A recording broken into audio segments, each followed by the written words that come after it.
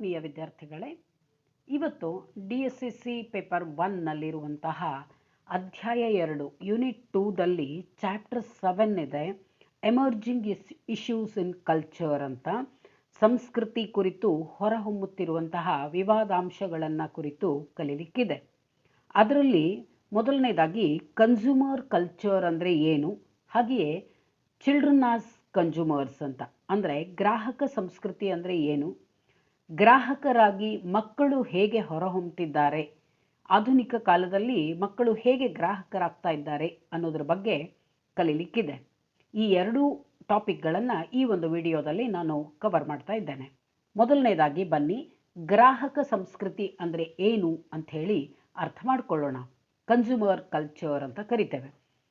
ಆಧುನಿಕ ಕಾಲದಲ್ಲಿ ಜಾಗತೀಕರಣ, ಖಾಸಗೀಕರಣ, ಉದಾರೀಕರಣ, ಕೈಗಾರಿಕಾ ಕ್ರಾಂತಿ ಮೊದಲಾದ ಕಾರಣಗಳಿಂದಾಗಿ ಇಂದು ಸಮಾಜಗಳಲ್ಲಿ ಗ್ರಾಹಕ ಸಂಸ್ಕೃತಿ ಬೆಳೀತಾ ಇದೆ.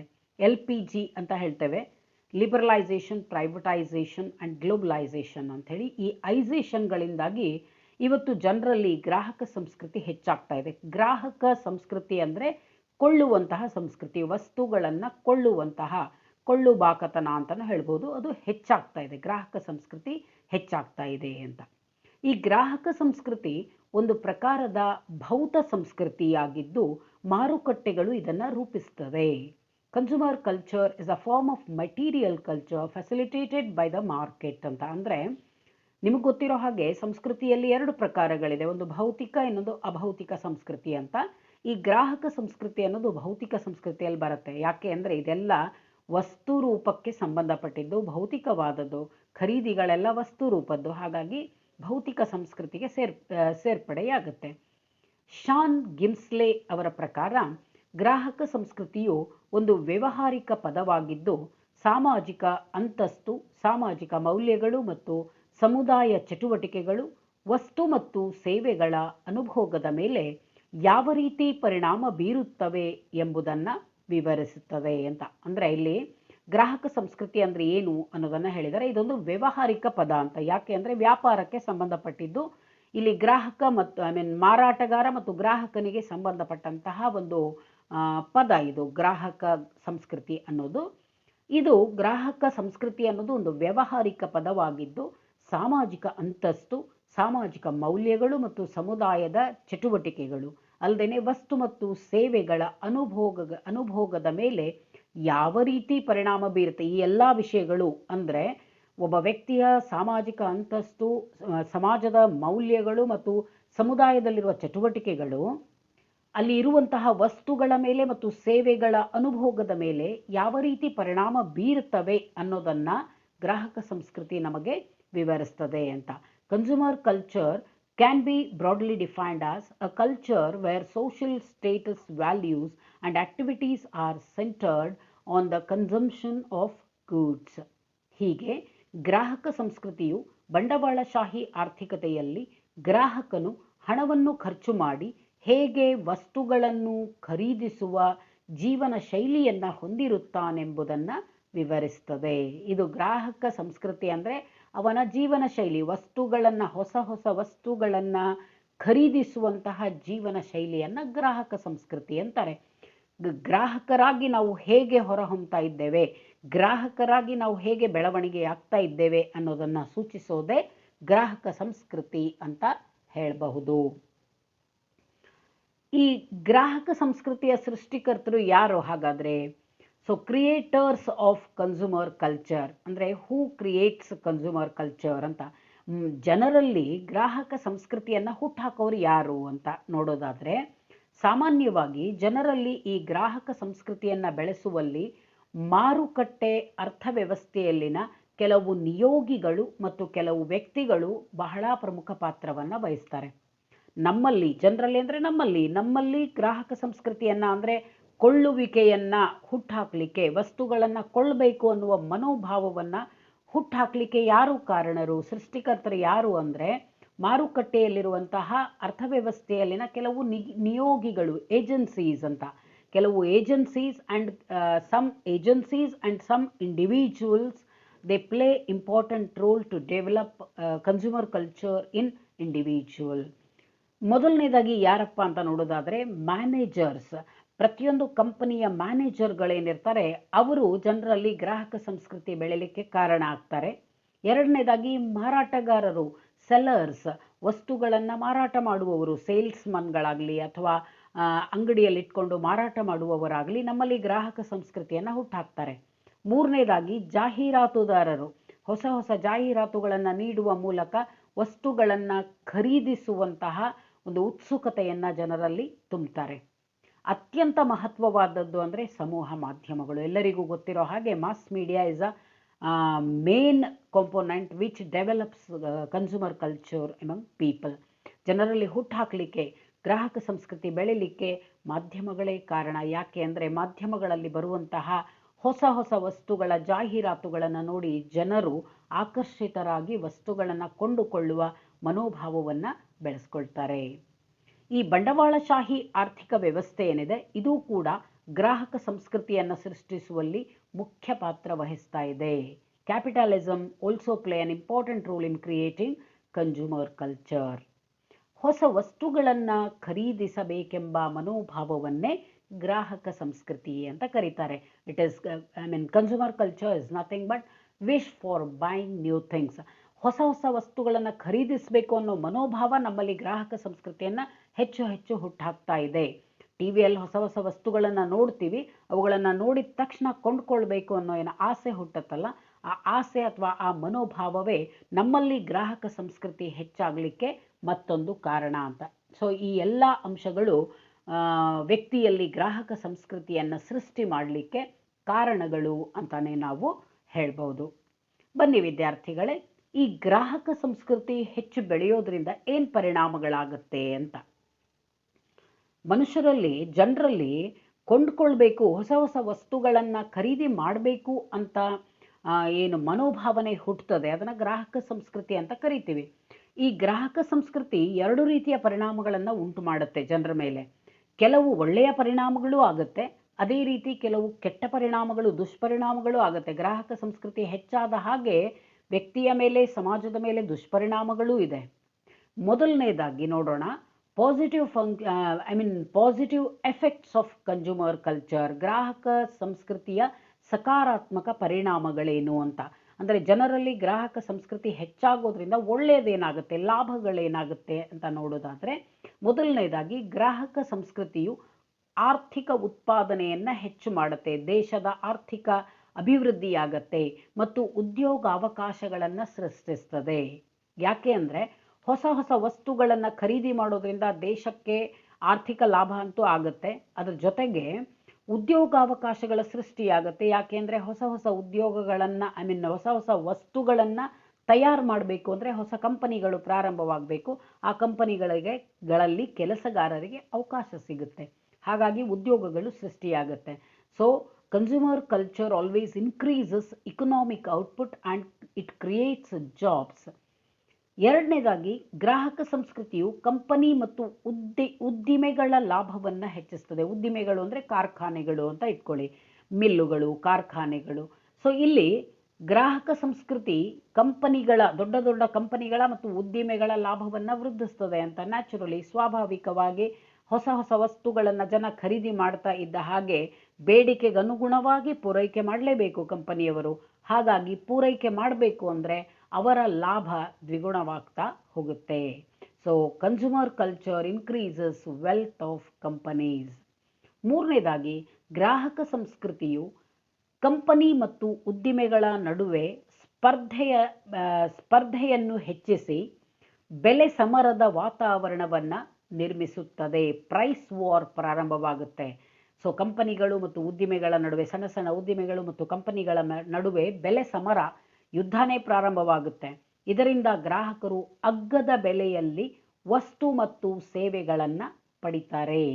ಸೊ ಯಾವಾಗಲೂ ನೋಡಿ, ಹೆಚ್ಚು ಸ್ಪರ್ಧೆ ಸ್ಟಾರ್ಟ್ ಆಯಿತು ಅಂದರೆ ಅಲ್ಲಿ ಸ್ಪರ್ಧೆಯನ್ನು ಮೀಟ್ ಮಾಡಲಿಕ್ಕಾಗಿ ಅಥವಾ ಸ್ಪರ್ಧೆಗೆ ತಕ್ಕಂತೆ ವಸ್ತುಗಳನ್ನು ಉತ್ಪಾದನೆ ಮಾಡ್ತಾರೆ, ಬೇಗ ಬೇಗ ಉತ್ಪಾದನೆ ಮಾಡ್ತಾರೆ. ಆ ಅಗ್ಗದ ಬೆಲೆಯಲ್ಲಿ ಬಹುಬೇಗ ವಸ್ತುಗಳನ್ನು ಉತ್ಪಾದನೆ ಮಾಡಿ ಜನರಿಗೆ ನೀಡೋದ್ರಿಂದ ಕಡಿಮೆ ಬೆಲೆಯಲ್ಲಿ ಕಡಿಮೆ ಬೆಲೆಯಲ್ಲಿ ಈ ಒಂದು ವಸ್ತುಗಳನ್ನು ಜನ ಪಡಿತಾರೆ, ಸೇವೆಗಳನ್ನು ಮತ್ತು ವಸ್ತುಗಳನ್ನ. ಯಾಕಂದರೆ ಸ್ಪರ್ಧೆ ಬರುತ್ತಲ್ವ, ಸ್ಪರ್ಧೆ ಆಯಿತು ಅಂದರೆ ಒಂದು ಕಂಪನಿಗಿಂತ ಇನ್ನೊಂದು ಕಂಪನಿಯವರು ಕಡಿಮೆ ಬೆಲೆಯಲ್ಲಿ ಕೊಡಲಿಕ್ಕೆ ಶುರು ಮಾಡ್ತಾರೆ.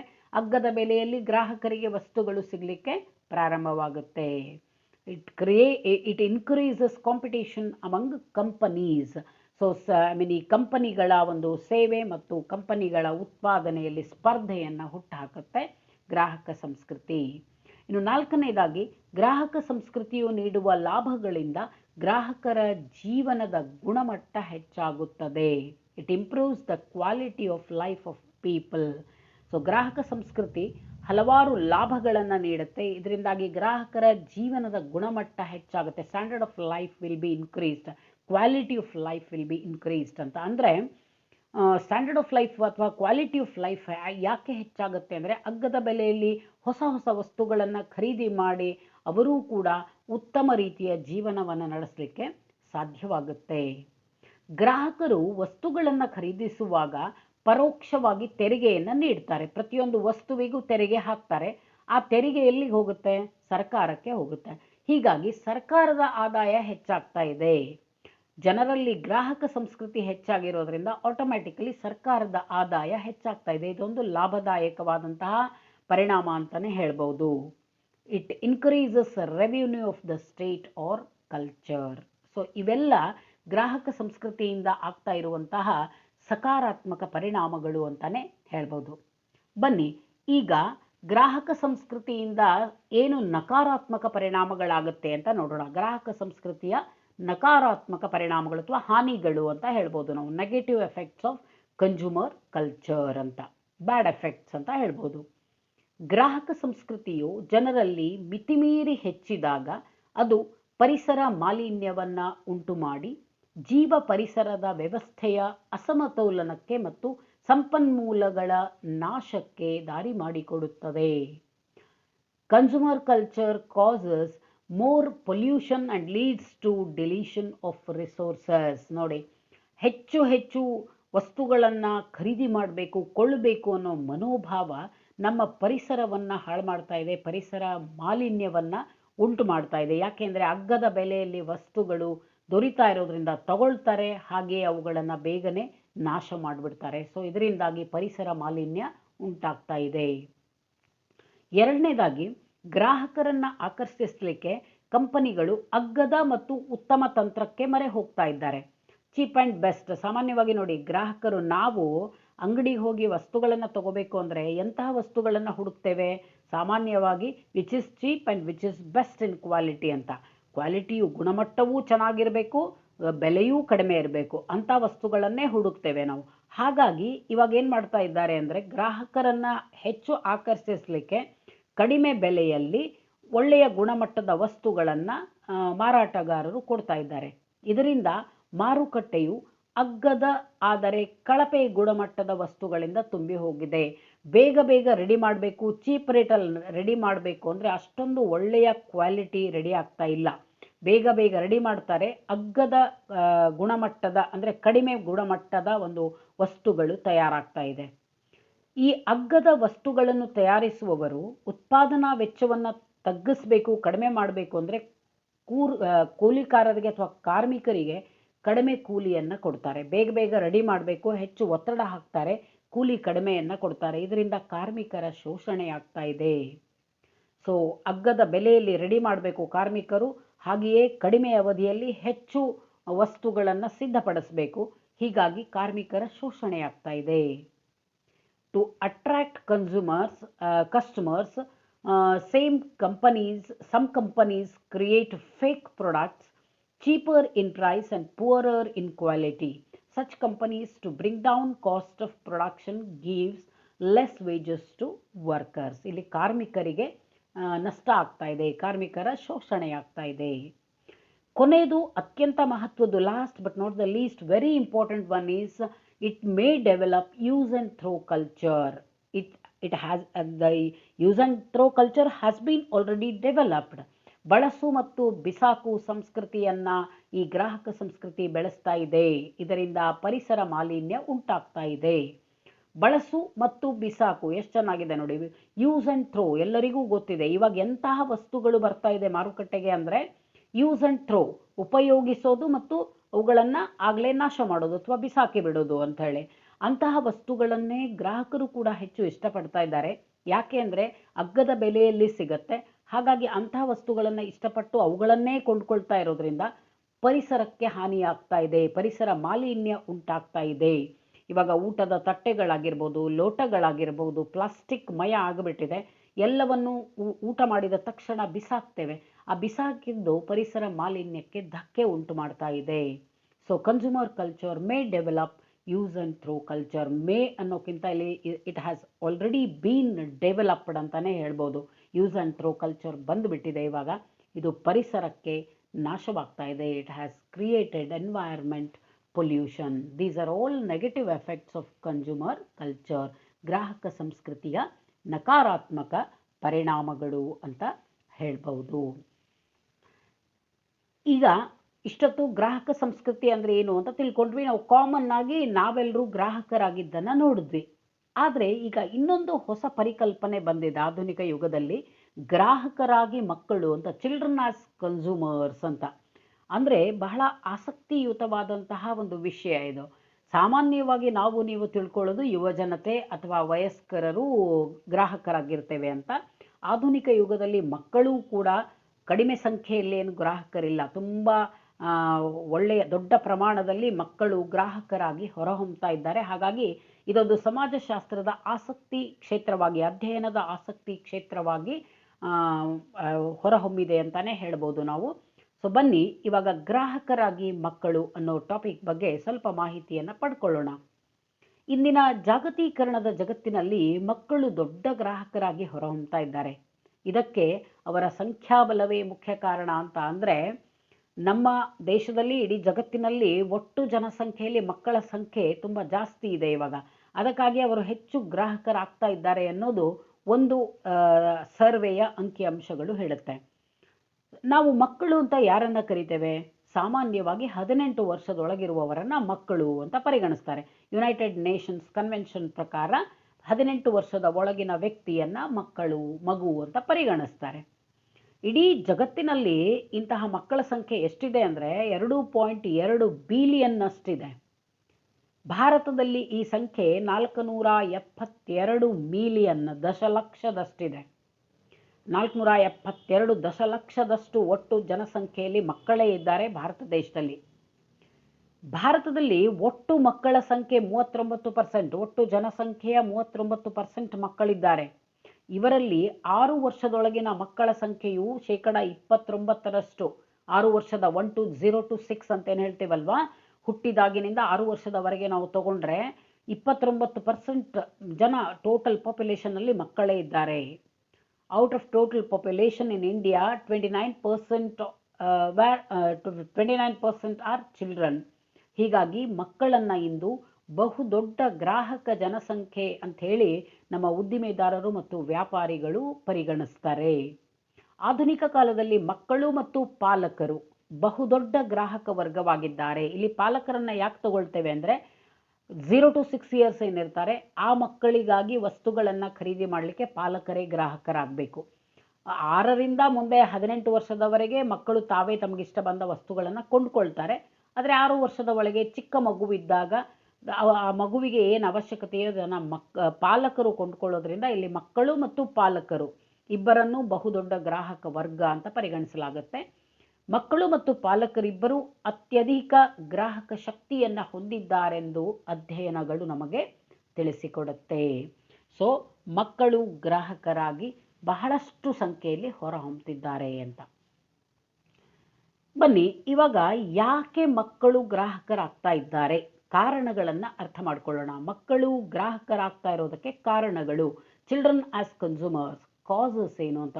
What are the causes, what are the factors that are making children as consumers ಅಂತೇಳಿ. ಮೊದಲನೇದಾಗಿ ಚಿಕ್ಕ ಮಕ್ಕಳಿಗೆ ತಂದೆ ತಾಯಿಗಳು ಹಲವಾರು ವಸ್ತುಗಳನ್ನು ಕೊಂಡ್ಕೊಳ್ತಾರೆ. ಉದಾಹರಣೆಗೆ ಬಟ್ಟೆ ಇರ್ಬೋದು, ಬೇಬಿ ಪೌಡರ್ಗಳಿರ್ಬೋದು, ಕ್ರೀಮು, ಗೊಂಬೆಗಳು, ಅವರಿಗೆ ಹಾಕುವಂಥ ಆಹಾರ ಪದಾರ್ಥಗಳು, ಪೋಷಕ ಆಹಾರಗಳು ಅಂದರೆ ಫೆರೆಕ್ಸ್ ಆಗಲಿ, ಸಿರಿಲ್ಯಾಕ್ ಆಗಲಿ, ಇಂತಹ ಆಹಾರಗಳನ್ನು ಕೊಂಡ್ಕೊಳ್ತಾರೆ. ಇದರಿಂದಾಗಿ ಚಿಕ್ಕ ಮಕ್ಕಳ ಪಾಲಕರು ಇಲ್ಲಿ ಗ್ರಾಹಕರಾಗ್ತಾರೆ. ನಾನು ಆಗಲೇ ಹೇಳಿದೆ 0 to 6 ಇಯರ್ಸ್, ಹುಟ್ಟಿದಾಗಿನಿಂದ 6 ವರ್ಷಗಳವರೆಗೆ ಮಕ್ಕಳಿಗೆ ಮಕ್ಕಳು ಗ್ರಾಹಕರೇ, ಆದರೆ ಅವರ ಪರವಾಗಿ ವಸ್ತುಗಳನ್ನು ಕೊಂಡ್ಕೊಳ್ಳೋರು ಯಾರು? ಪಾಲಕರು. ಹಾಗಾಗಿ ಇಲ್ಲಿ ಪಾಲಕರು ಗ್ರಾಹಕರಾಗ್ತಾರೆ. ಮುಂದೆ 6 ವರ್ಷದ ನಂತರ ಅಥವಾ 3 ವರ್ಷದ ನಂತರವೇ ಇವಾಗ ಮಕ್ಕಳು ಶಾಲೆಗೆ ಹೋಗ್ತಾ ಇದ್ದಾರೆ. ಶಿಕ್ಷಣಕ್ಕಾಗಿ ಮಕ್ಕಳು ಶಿಕ್ಷಣ ಸಂಸ್ಥೆಗಳ ಗ್ರಾಹಕರಾಗ್ತಾರೆ. ಶಾಲೆಗೆ ಹೋಗುವ ಮಕ್ಕಳಿಗೆ ಏನೇನು ಬೇಕು? ಪುಸ್ತಕ, ಪೆನ್ನು, ಪೇಪರು, ಜಿಯೋಮೆಟ್ರಿ ಬಾಕ್ಸು, ಏನೇನೆಲ್ಲ ವಸ್ತುಗಳು, school bag, tiffin bag, water bottle, ಇಂಥ ಎಲ್ಲ ವಸ್ತುಗಳು ಬೇಕಲ್ಲ. ಈ ಎಲ್ಲ ವಸ್ತುಗಳ ಅವಶ್ಯಕತೆ ಬೀಳುತ್ತೆ ಶಾಲೆಗೆ ಹೋಗೋ ಮಕ್ಕಳಿಗೆ. ಇದರಿಂದಾಗಿ ಅವರು ಈ ವಸ್ತುಗಳಿಗೆಲ್ಲ ಗ್ರಾಹಕರಾಗ್ತಾರೆ, ಕೊಂಡ್ಕೊಳ್ತಾರೆ ಈ ವಸ್ತುಗಳನ್ನೆಲ್ಲ. ಈಗಿನ ಮಕ್ಕಳು ನಿಮಗೆ ಗೊತ್ತಿರೋ ಹಾಗೆ ತಮಗಿಷ್ಟವಾದ ವಸ್ತುಗಳನ್ನೇ ಕೊಂಡ್ಕೊಳ್ತಾರೆ. ಮಾರುಕಟ್ಟೆಗೆ ಹೋದರೆ, ಅಂಗಡಿಗೆ ಹೋಗಿ ನಿಲ್ಲಿಸಿಬಿಟ್ರೆ ಮಕ್ಕಳನ್ನು ಅವರು ಕೈ ಮಾಡಿ ತೋರಿಸಿದ ವಸ್ತುಗಳನ್ನೇ ಅವರಿಗೆ ತಂದೆ ತಾಯಿಗಳು ಕೊಡಿಸುವಂತಹ ಪರಿಸ್ಥಿತಿ ಈಗ ಇದೆ. ಹಾಗಾಗಿ ಶಿಕ್ಷಣ ಸಂಸ್ಥೆಗೆ ಹೋಗುವಂತಹ ಮಕ್ಕಳು ಈ ಎಲ್ಲ ವಸ್ತುಗಳ ಗ್ರಾಹಕರಾಗ್ತಾರೆ.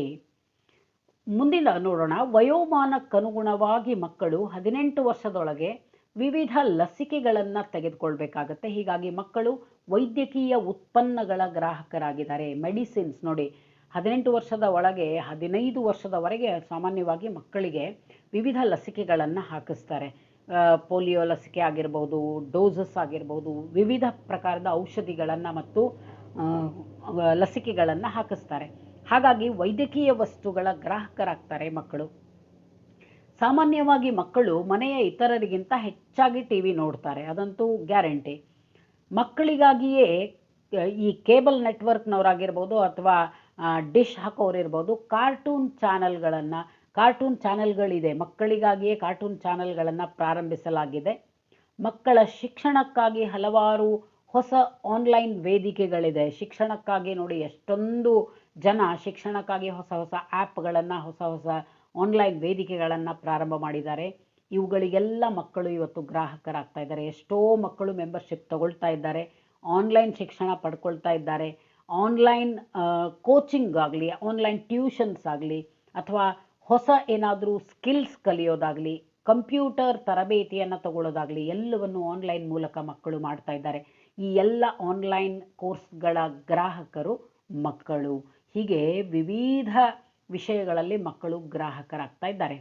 ಇದರ ಜೊತೆಗೆ ನೋಡಿ, ಸಾಮಾನ್ಯವಾಗಿ ತಂದೆ ತಾಯಿಗಳು ಏನು ಮಾಡ್ತಾರೆ ಅಂದರೆ, ಅತಿಯಾದ ಪ್ರೀತಿ ವಾತ್ಸಲ್ಯದಿಂದಾಗಿ ಕೆಲವು ಸಲ ಮಕ್ಕಳಿಗೆ ಬೇಕಾಗಿದ್ದನ್ನು ಕೊಡಿಸ್ತಾರೆ, ಬೇಡವಾಗಿದ್ದನ್ನು ಕೊಡಿಸ್ತಾರೆ. ನ್ಯಾಯೋಚಿತವಾದ ಬೇಡಿಕೆಗಳನ್ನೂ ಈಡೇರಿಸ್ತಾರೆ, ನ್ಯಾಯೋಚಿತವಲ್ಲದ ಬೇಡಿಕೆಗಳನ್ನು ಈಡೇರಿಸ್ತಾರೆ. Parents meet their all needs, justifiable and unjustifiable. ಕೆಲವೊಂದು ಸರಿಯಾದ ಬೇಡಿಕೆಗಳಿರುತ್ತೆ, ಕೆಲವೊಂದು ಬೇಕಾಗಿರೋದಿಲ್ಲ, ಆದರೂ ಕೊಡಿಸ್ತಾರೆ. ಯಾಕೆಂದರೆ ಮಕ್ಕಳು ಎಷ್ಟೋ ಸಲ ಹಠಮಾರಿತನದಿಂದಾಗಿ ಗ್ರಾಹಕ ಸಂಸ್ಕೃತಿಗೆ ಕಾರಣ ಆಗ್ತಾ ಇದೆ. ಮಕ್ಕಳ ಹಠಮಾರಿತನ, ಮಕ್ಕಳು ತುಂಬ ಹಠಮಾರಿಗಳು ಈಗಿನ ಕಾಲದಲ್ಲಿ. ಸೊ ಹಠಮಾರಿತನದಿಂದಾಗಿ ತಮಗೆ ಬೇಡವಾದ ವಸ್ತುಗಳನ್ನು, ಎಷ್ಟೋ ಸಲ ಅನಾವಶ್ಯಕವಾದ ವಸ್ತುಗಳನ್ನೂ ಕೂಡ ಖರೀದಿಸ್ತಾರೆ. ಇದರಿಂದಾಗಿ ಗ್ರಾಹಕ ಸಂಸ್ಕೃತಿ ಹೆಚ್ಚಾಗ್ತಾ ಇದೆ. ಕೊನೆಯದು ಅತ್ಯಂತ ಮಹತ್ವದ್ದು, last but not the least, very important one is, ಮಾಧ್ಯಮಗಳಲ್ಲಿ ಪ್ರಸಾರವಾಗುವ ಜಾಹೀರಾತುಗಳು ಸಹ ಮಕ್ಕಳು ಗ್ರಾಹಕರಾಗಿ ಹೊರಹೊಮ್ಮಲು ಕಾರಣವಾಗಿವೆ. Advertisements are also causes for children to become consumers. ನಿಮಗೆ ಗೊತ್ತಿರೋ ಹಾಗೆ ಹೆಚ್ಚು ಹೊತ್ತು ಟಿ ವಿ ನೋಡ್ತಾರೆ ಮಕ್ಕಳು ಟಿ ವಿಯಲ್ಲಿ ಎಂಜಾಯ್ ಮಾಡೋದೇ ಅಡ್ವರ್ಟೈಸ್ಮೆಂಟ್ಗಳನ್ನು. ಜಾಹೀರಾತುಗಳು ಬಂತು ಅಂದರೆ ಮಕ್ಕಳಿಗೆ ಸಂಭ್ರಮ. ಆ ಮಕ್ಕಳು ಜಾಹೀರಾತುಗಳನ್ನು ಎಷ್ಟು ಗಮನವಿಟ್ಟು ನೋಡ್ತಾರೆ ಅಂದರೆ, ಒಂದೇ ಜಾಹೀರಾತನ್ನು ಒಂದು 10 ಸಲ ನೋಡಿದ್ರೆ ಆ ವಸ್ತುಗಳು ಬೇಕು ಅಂತ ಹಠ ಹಿಡಿಲಿಕ್ಕೆ ಶುರು ಮಾಡ್ತಾರೆ ಮಕ್ಕಳು. ಇದರಿಂದಾಗಿ ಗ್ರಾಹಕ ಸಂಸ್ಕೃತಿ ಬೆಳೀತಾ ಇದೆ. ಅದು ಆಟಿಕೆ ವಸ್ತುಗಳಿರ್ಬೋದು, ಮೊಬೈಲ್ಗಳಿರ್ಬೋದು, ಅಥವಾ ಇನ್ಯಾವುದೋ ವಸ್ತುಗಳಿರ್ಬೋದು, ಒಂದು ವೆಹಿಕಲ್ ಇರ್ಬೋದು, ಬೇರೆ ಬೇರೆ ವಸ್ತುಗಳನ್ನು, ಜಾಹೀರಾತುಗಳನ್ನು ನೋಡಿ ಖರೀದಿ ಮಾಡಲಿಕ್ಕೆ ಬಯಸ್ತಾರೆ. ಸೊ ಇಂದಿನ ಆಧುನಿಕ ಕಾಲದಲ್ಲಿ, ಜಾಗತೀಕರಣದ ಕಾಲದಲ್ಲಿ ಜಾಹೀರಾತುಗಳು ಮಕ್ಕಳನ್ನು ಗ್ರಾಹಕರನ್ನಾಗಿ ಮಾಡುವಲ್ಲಿ ಪ್ರಮುಖ ಪಾತ್ರ ವಹಿಸ್ತಾ ಇವೆ. ಇದಿಷ್ಟು ಮಕ್ಕಳು ಗ್ರಾಹಕರಾಗಿ ಬೆಳೀಲಿಕ್ಕೆ ಕಾರಣಗಳು.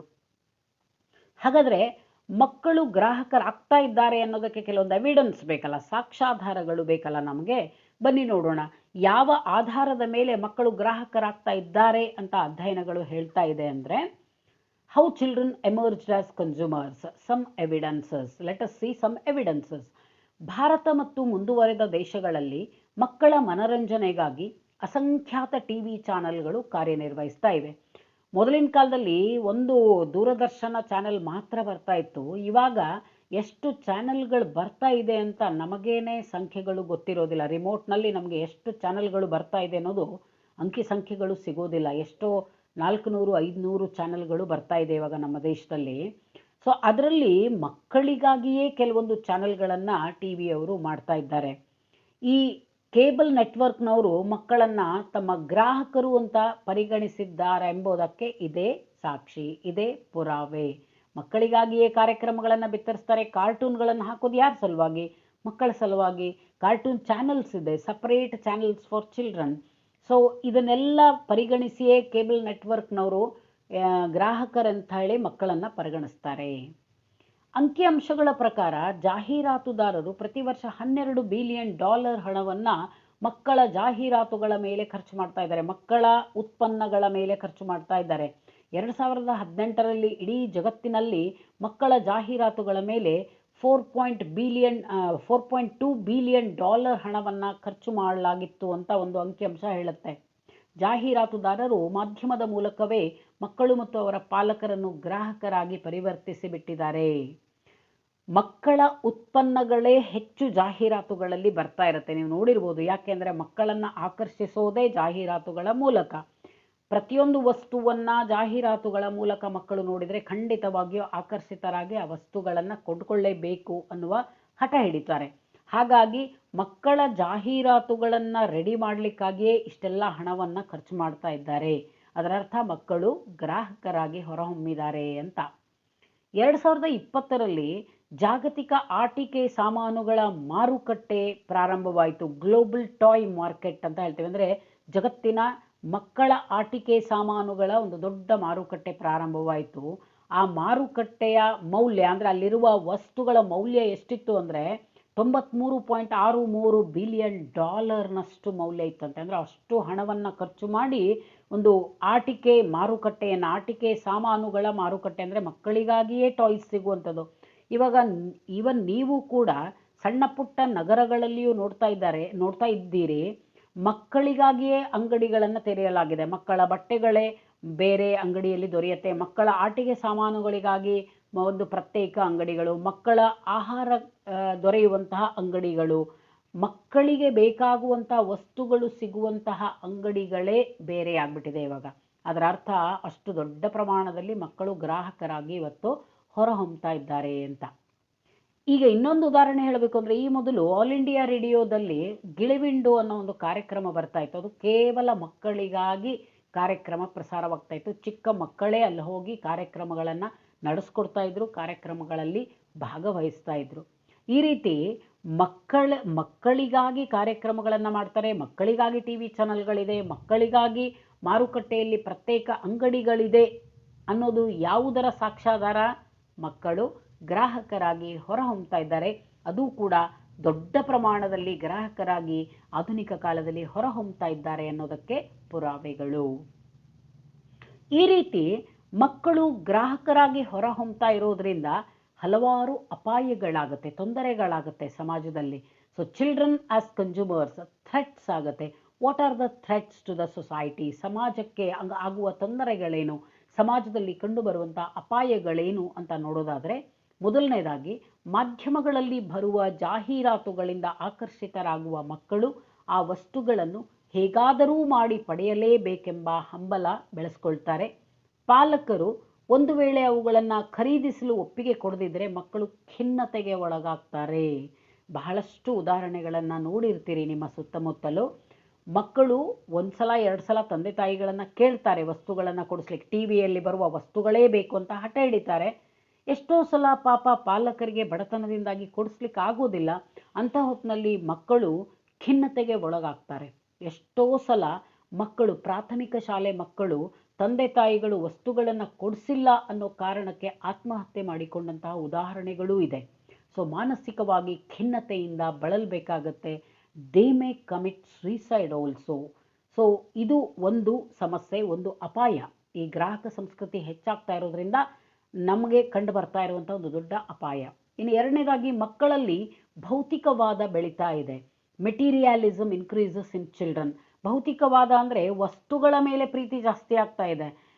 ಜನರ ಮೇಲೆ ಪ್ರೀತಿಗಿಂತ, ಸಂಬಂಧಿಕರ ಮೇಲಿನ ಪ್ರೀತಿಗಿಂತ ವಸ್ತುಗಳ ಮೇಲೆ ಪ್ರೀತಿ ಜಾಸ್ತಿ ಆಗ್ತಾ ಇದೆ.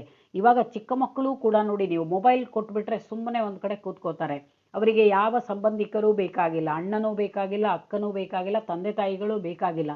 ಒಂದು ಮೊಬೈಲ್ ಇದ್ದರೆ ಸಾಕು ಅವರಿಗೆ. ಅಂದರೆ ವಸ್ತುಗಳ ಮೇಲೆ ಪ್ರೀತಿ ಜಾಸ್ತಿ ಆಗ್ತಾ ಇದೆ, ಭೌತಿಕವಾದ ಅವರಲ್ಲಿ ಬೆಳೀತಾ ಇದೆ. ಮೂರನೇದಾಗಿ ಮಕ್ಕಳು ಗ್ರಾಹಕರಾಗಿ ರೂಪುಗೊಂಡು ವಸ್ತುಗಳನ್ನು ಖರೀದಿಸಲು ಹಠ ಹಿಡಿದಾಗ ಪಾಲಕರು ಮತ್ತು ಮಕ್ಕಳ ನಡುವೆ ಸಂಘರ್ಷ ಕಾಣಿಸಿಕೊಳ್ಳುತ್ತೆ. Parent and children conflict arises because of children as consumers. ಮಕ್ಕಳು ಗ್ರಾಹಕರಾಗ್ತಾ ಇರೋದ್ರಿಂದ ತಂದೆ ತಾಯಿಗಳು ಮತ್ತು ಮಕ್ಕಳ ನಡುವೆ ಘರ್ಷಣೆಗಳು ಜಾಸ್ತಿ ಆಗ್ತಾ ಇದೆ. ಕುಟುಂಬದಲ್ಲಿ ಅಶಾಂತಿ ಹೆಚ್ಚಾಗ್ತಾ ಇದೆ. ದಿನ ಜಗಳಗಳು, ವಸ್ತುಗಳನ್ನು ಕೊಡಿಸ್ಲೇಬೇಕು ಅಂತ ಮಕ್ಕಳು ಹಠ ಹಿಡಿಯೋದು, ತಂದೆ ತಾಯಿಗಳು ಕೊಡಿಸ್ಲಿಕ್ಕೆ ಆಗೋದಿಲ್ಲ ಅನ್ನೋದು, ದಿನನಿತ್ಯವೂ ಕೌಟುಂಬಿಕ ಘರ್ಷಣೆಗಳು ಆಗ್ತಾ ಇದೆ. ಇನ್ನು ಕೊನೆಯದಾಗಿ ತಜ್ಞರ ಪ್ರಕಾರ ಮಕ್ಕಳು ಪುಸ್ತಕಗಳ ಗ್ರಾಹಕರಾಗಿ ಹೊಮ್ಮಿದ್ರೆ ತಪ್ಪಿಲ್ಲ. ಆದರೆ ದುರಾದೃಷ್ಟ ಅಂದರೆ ಇವತ್ತಿನ ಮಕ್ಕಳು ವಿದ್ಯುನ್ಮಾನ ಆಟಿಕೆಗಳು, ಟ್ಯಾಬ್ಲೆಟ್ಟು, ಮೊಬೈಲು ಮುಂತಾದ ಎಲೆಕ್ಟ್ರಾನಿಕ್ ವಸ್ತುಗಳ ಗ್ರಾಹಕರಾಗಿ ಹೊರಹೊಮ್ಮುತ್ತಿರುವುದು ಅಪಾಯಕಾರಿ ವಿದ್ಯಮಾನ, ಅಪಾಯಕಾರಿ ಬೆಳವಣಿಗೆ ಅಂತ ಹೇಳ್ತಾರೆ ತಜ್ಞರು. ಮಕ್ಕಳು ಪುಸ್ತಕಗಳ ಗ್ರಾಹಕರಾಗಲಿ, ಮಕ್ಕಳು ಶಿಕ್ಷಣ ಸಂಸ್ಥೆಗಳ ಗ್ರಾಹಕರಾಗಲಿ, ಅದು ಒಳ್ಳೆಯ ಬೆಳವಣಿಗೆ, ಅದು ಒಂದು ಸಮಾಜದಲ್ಲಿ ಅಭಿವೃದ್ಧಿಯ ಸಂಕೇತ. ಆದರೆ ದುರಾದೃಷ್ಟ ಅಂದ್ರೇನು, ಆಧುನಿಕ ಕಾಲದಲ್ಲಿ ಜಾಗತೀಕರಣದ ಪ್ರಭಾವದಿಂದ, ಜಾಗತಿಕ ಮಾರುಕಟ್ಟೆಯ ಸೌಲಭ್ಯದಿಂದ ಮಕ್ಕಳು ವಿದ್ಯುನ್ಮಾನ ಆಟಿಕೆಗಳಿಗೆ ಮನಸೋಲ್ತಾ ಇದ್ದಾರೆ. ಎಲ್ಲ ಎಲೆಕ್ಟ್ರಾನಿಕ್ ಟಾಯ್ಸ್ ಕಡೆ ಹೋಗ್ತಾ ಇದ್ದಾರೆ. It is very dangerous that children are customers of electronic toys, mobiles, tabs et cetera.